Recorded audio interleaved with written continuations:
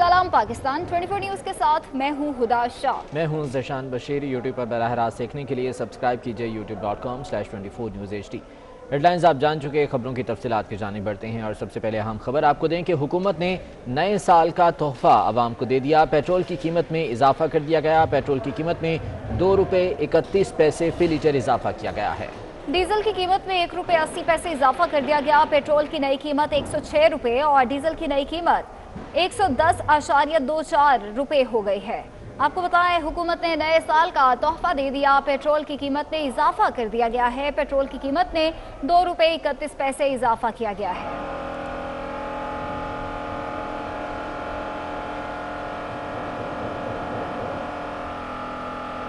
अभी आपको बराह रास्त लिए चलेंगे। मुत्तहिदा कौमी मूवमेंट और तहरीक इंसाफ के रहनुमा मीडिया से बात कर रहे हैं। हम उसको मसनूई अक्सरियत मानते हैं, क्योंकि बहरहाल अगर जिस दिन यहाँ फेयर मरदमशुमारी हुई तो शायद ये नंबर्स तब्दील हो जाएंगे। लेकिन बहरहाल तो उन 3 नशिस्तों की ज़मीनी इंतखाब के हवाले से तहरीक इंसाफ के दोस्तों ने हमसे बात की कि क्या ही अच्छा हो कि हम और GDA और जो दीगर दोस्त हैं वो मिलकर इन ज़मीनी इंतखाबात में अपने मुश्तरका उम्मीदवार ला सकें।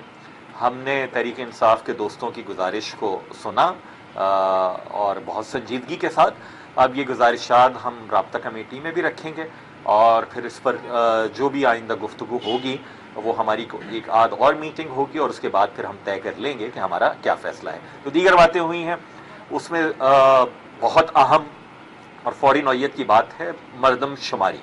2017 की मरदमशुमारी पर हम कायल थे कि उसमें संगीन खामियां हैं। यही वजह है कि हम सुप्रीम कोर्ट में गए। हम 3 अगस्त 2018 के तहरीक इंसाफ के मुआहदे में हमने उसको नुक्ता अव्वल बनाया। तहरीक इंसाफ कायल थी, इसीलिए डॉक्टर आरिफ अलवी साहब ने उस पर दस्तखत किए तहरीक इंसाफ की जानिब से कि इसमें जो पार्लिमान की करारदादें थी, कौमी असम्बली की और फिर सेनेट ने एक पूरी कमेटी तश्कील दी थी कि वो ऑडिट करवाएंगे कम से कम 5% रिहायशी ब्लॉक्स का, ताकि जो खामियां हैं उनकी निशानदही हो सके। बदकिस्मती के साथ बहुत सारी चीज़ें हुई। हुकूमत ये कहती है कि फंड्स की दस्तियाबी का था, कोरोना भी आ गया, सब चीज़ें रहीं, लेकिन बहरहाल हमने तहरीक इंसाफ से ये हम गुजारिश करते रहे और फिर 2020 के अवाइल में एक काबीना की कमेटी तश्कील दे दी गई जिसमें MKM की नुमाइंदगी अमीनुल हक साहब कर रहे थे और उसने हुकूमत ने नए साल का तोहफा दे दिया है। पेट्रोल की कीमत में इजाफा कर दिया गया। पेट्रोल की कीमत में ₹2.31 इजाफा किया गया है। डीजल की कीमत में ₹1.80 का इजाफा हुआ। पेट्रोल की नई कीमत ₹106 और डीजल की नई कीमत ₹110.24 मुकर्रर कर दी गई है। हुकूमत ने नए साल के मौके पर यह तोहफा दिया है। अवैस कानी हमारे साथ मौजूद हैं, उनसे मजीद जान लेते हैं। अवैस, बताएगा कितना इजाफा हुआ पेट्रोलियम मसनूआत की कीमतों में? बिल्कुल, हुकूमत की तरफ से साले 9 का तोहफा दिया गया है, क्योंकि पेट्रोलियम मसनूआत की कीमतों में ₹3.95 फी लीटर तक का इजाफा कर दिया गया है। जो ऑफिशियल जो अभी स्टेटमेंट जो PM ऑफिस ने जो रिलीज की है उसके मुताबिक जो लाइट डीजल ऑयल है उसकी कीमत में ₹3.95 फी लीटर इजाफा किया गया है। मट्टी का तेल जो कि गरीब आदमी का इस्तेमाल का तेल है उसमें ₹3.36 फी लीटर का इजाफा हुआ है। इसी तरह जो पेट्रोल जो है उसमें ₹2.31 का इजाफा दिया गया है। इसी तरह जो सबसे अहम जो चीज है कि जो डीजल की कीमत है, जो हाई स्पीड डीजल है उसमें ₹1.80 फी लीटर का जो है वो इजाफा कर दिया गया है। तो 4 जो प्रोडक्ट्स हैं उसकी इजाफा जो है ये बताया गया है कि जो चारों के जो प्रोडक्ट्स का जो है वो इजाफा कर दिया गया है। हुकूमत का ये कहना है कि चूंकि हमें जो समरी जो मौसूल हुई थी वो बहुत ज्यादा थी, लेकिन हमने शॉर्ट कट लगाया है। शॉर्ट जो है इसमें हमने बढ़ाई है कीमत, लेकिन बहुत ही अहम चीज सामने आ रही है कि ₹3.95 फी लीटर तक का इजाफा कर दिया गया है और इसका इतलाक आज रात 12 बजे से जो है वो हो जाएगा। ठीक है, बहुत शुक्रिया अवैस कानी इस बारे में तफसीलात से आगाह कर रहे थे। और 24 न्यूज़ की काविशें रंग ले आईं। वज़ीर आज़म ने तामीराती पैकेज की मुद्दत में तौसी का ऐलान कर दिया। तामीराती पैकेज में 1 साल की तौसी की गई है। तामीराती पैकेज की मुद्दत 31 दिसंबर 2021 तक होगी। वज़ीर आज़म का कहना है कि पंजाब में 2.5 लाख नौकरियां मिलेंगी। कि लो कॉस्ट हाउसिंग जो कि तनख्वाहदार तबका है वो अफोर्ड नहीं कर अपनी तनख्वाहों के अंदर घर के लिए पैसे नहीं दे सकते, तो उनके लिए हमने फिर पैकेजेस दिए थे। बैंकों ने भी अब तक जो हमारे से और स्टेट बैंक से एग्री किया है कि बैंक्स ने जो टोटल पैसा दिसंबर 2021 तक उन्होंने जो वादा किया है वो है अब तक 378 अरब रुपया। सो 378 अरब रुपया बैंक्स ने फैसला किया कि कंस्ट्रक्शन एक्टिविटी के लिए उन्होंने सेपरेट रखा हुआ है, और ये है अगले दिसंबर तक। हम ये समझते हैं कि सिर्फ पंजाब में इससे जो इकोनॉमिक एक्टिविटी जनरेट होगी वो तकरीबन 1500 अरब रुपए की एक्टिविटी।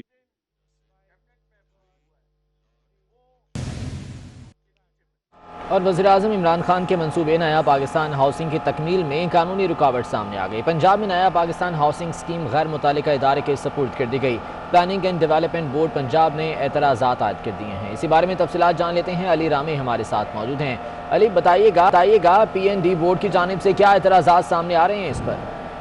निशान, ये नया पाकिस्तान हाउसिंग जो प्रोग्राम है इस पर फाटा को क्योंकि ये सपोर्ट किया गया था पंजाब की तरफ से, तो फाटा जब बजट लेने के लिए PND बोर्ड की तरफ से उनको रिव्यू किया गया तो PND बोर्ड ने मीटिंग में कुछ एतराज़ात बताए कि ये बोर्ड तो फाटा जो है ये इसके लायक नहीं है, रिस्पॉन्सिबल नहीं है इस प्रोग्राम को शुरू करने के हवाले से, लिहाजा उनके कवानीन में भी ये सब मौजूद जो है वो नहीं है।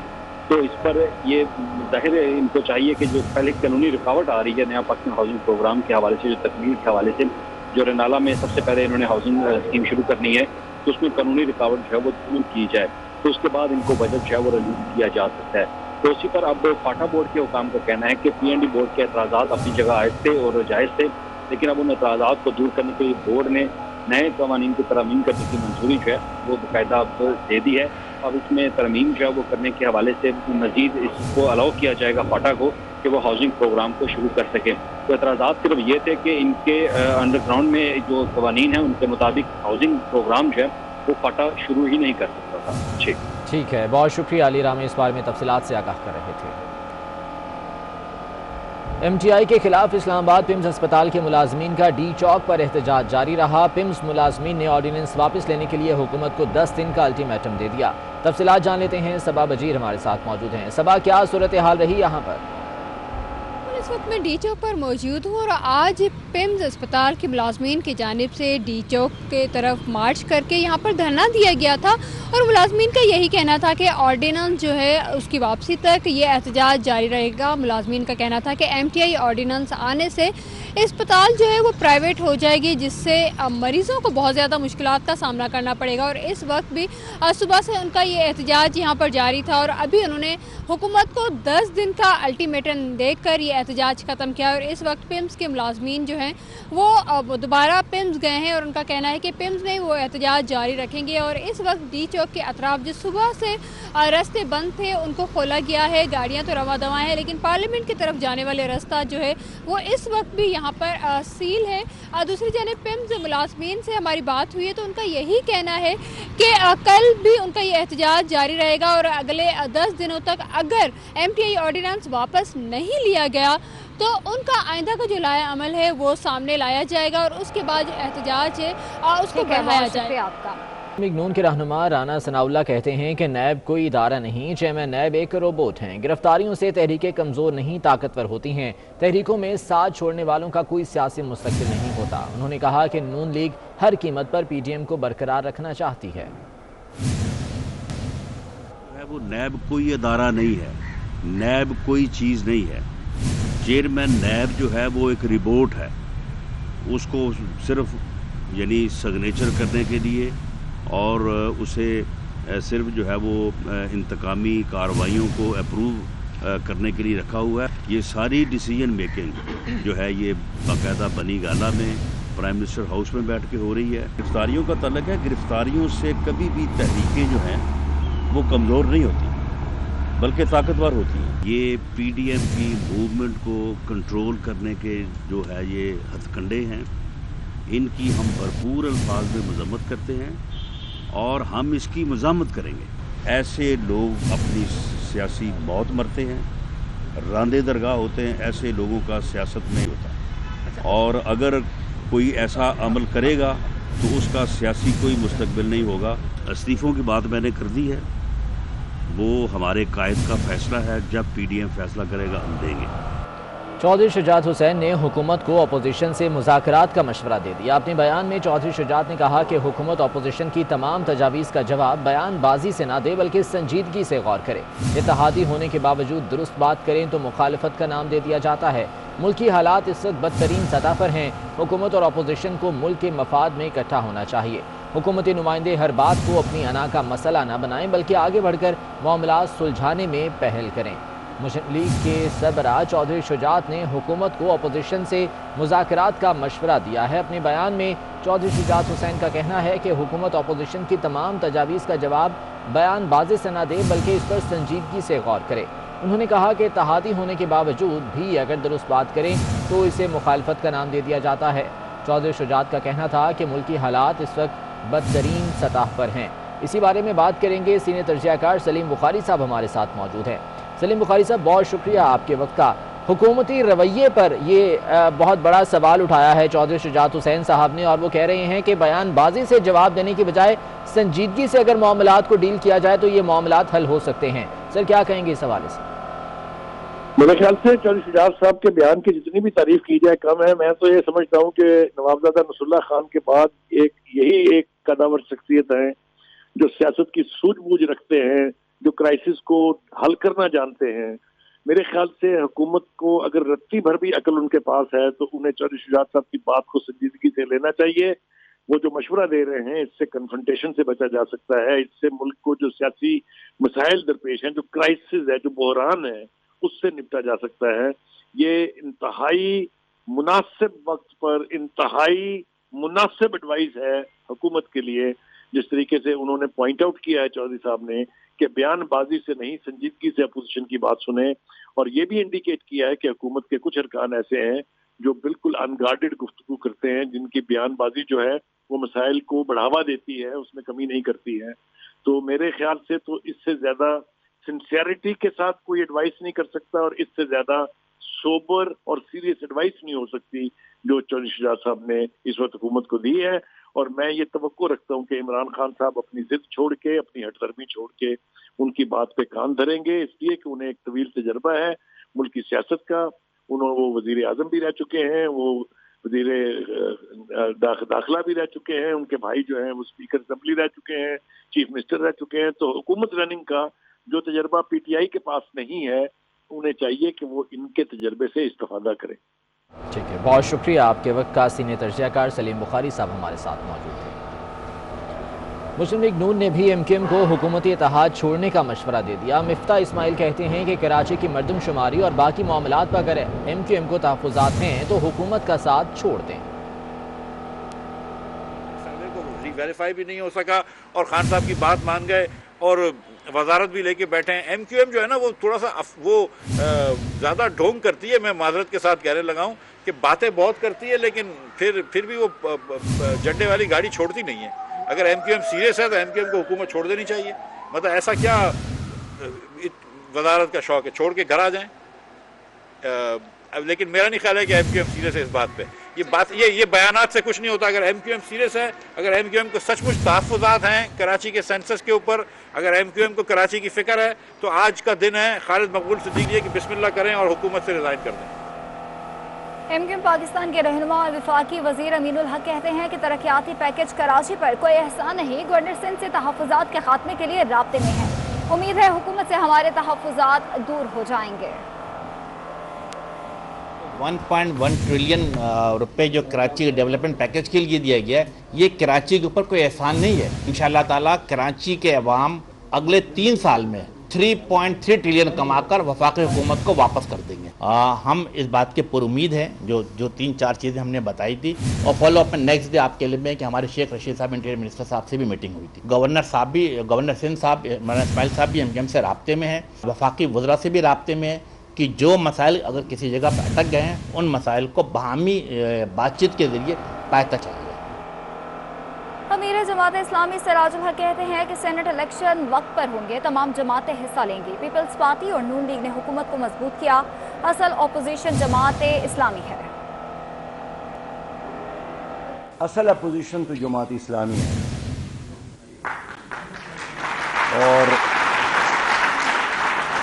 اسمبلیوں میں اب تک جتنے فیصلے ہو گئے ہیں، اگر مسلم لیگ اور پیپل پارٹی حکومت کا ساتھ نہ دیتی تو یہ حکومت کوئی فیصلہ نہیں کر سکتی، لیکن 900 دنوں میں ہمیشہ انہوں نے ان کا ساتھ دیا۔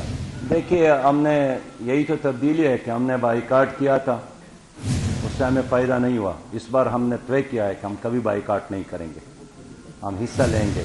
میرے خیال میں سینٹ کے انتخابات ہوں گے اور تمام سیاسی جماعتیں اس میں شریک ہوں گی۔